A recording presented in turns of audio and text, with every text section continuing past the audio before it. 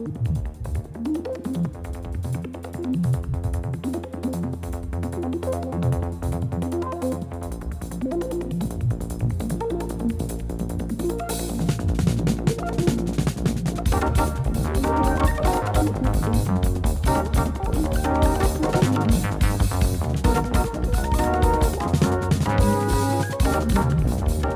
very excited this year. Central Indiana Ethanol, big sponsor for the FlyInCruiseIn. You are stepping forward. We're going to have the Central Indiana Ethanol flying team coming. They're going to be doing aerobatics in formation, all burning ethanol. Right. They burn the highest concentration of ethanol that they can get their hands on. And airplane industry is very excited about the potential of a low-cost fuel versus aviation fuels. And there are quite a few different people now that are experimenting with ethanol as an airplane fuel. We're very excited, and I understand you're going to give something away this year. That's correct. This year we will be giving away an E-85 conversion kit that can be used on any fuel-injected automobile engine. And we're also going to have a local garage do the installation for you, and it'll all be taken care of. Yeah, I understand Tim Page at Page's Diesel is going to install that. Will my car run on E-85? Well, any car can run on E-85. You need to do a little bit of research and talk to the right people. Tim Page is one of those guys. He's done quite a few installations of conversion kits and is well versed. Also, the conversion industry, you usually can get a direct line to a live person. We're not affiliated with any of them, but we've, as employees here, want to use ethanol, and we've used a couple of different conversion types. You can talk to them, and they will easily be able to tell you whether or not you can or can't run E-85 and get a conversion. With me is Jeff Knutson. You're the plant manager. We bring a lot of exciting things to the Grant County with the ethanol industry. We produce anywhere from around 142,000 gallons of 200 proof alcohol a day. After we put the unleaded gas in it, it equates to around 52 million rate. Some of the statistics that we have here, we do not shut down this plant. We run 365 days a year, 24 hours.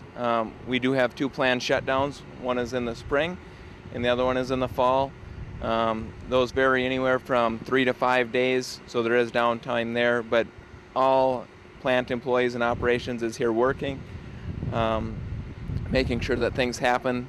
Obviously there is maintenance things that happen we have to fix over that time period, and we still send out our alcohol during that time. You know, we blend it to a 5% blend after we make the 200 proof alcohol, so now it's E-95, and that product there gets shipped out Thanksgiving, 4th of July, Christmas. We have to be here and work, and it still continues to run. Gary, you're the CEO of Central Indiana Ethanol, and right behind us, something brand new coming online shortly. Well, we're a brand new plant, but we're already changing. Behind us is an oil extraction unit, and we have corn oil that's trapped in the corn. It can't be converted to ethanol. So this equipment, which we've had built and are installing in our new little building here, will extract about 1.5 million gallons of corn oil a year from the corn that we normally process. Now, what would this corn oil be used for? Well, this will go to a biodiesel plant, and it'll be just like corn is the feedstock for us to make ethanol. Our corn oil will be the feedstock for a biodiesel plant, and it'll get converted very quickly into biodiesel based on corn oil. Well, Gary, when you bring corn in here, there's no waste. You use everything. Well, we use every drop of it, and we're finding ways to do more with it.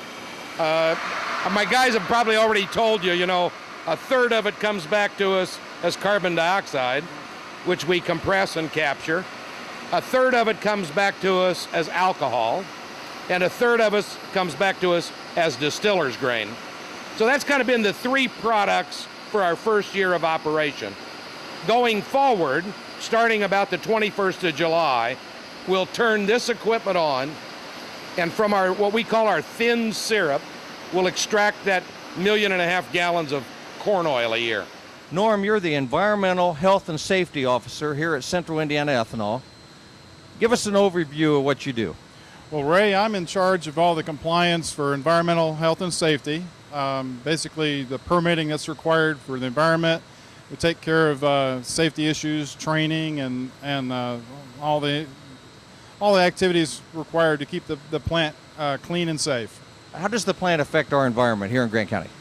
Well, it is an industrial site. We're considered a chemical facility, but in terms of the environmental footprint here, it's a very minimal effect on the environment.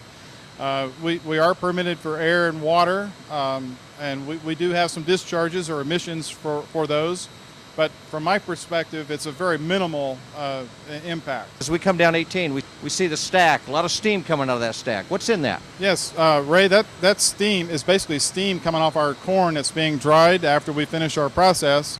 Mixed in with that, there is some CO2 from the burners that dry the corn, and there's also some nitrous oxides and a few trace elements of some other things. But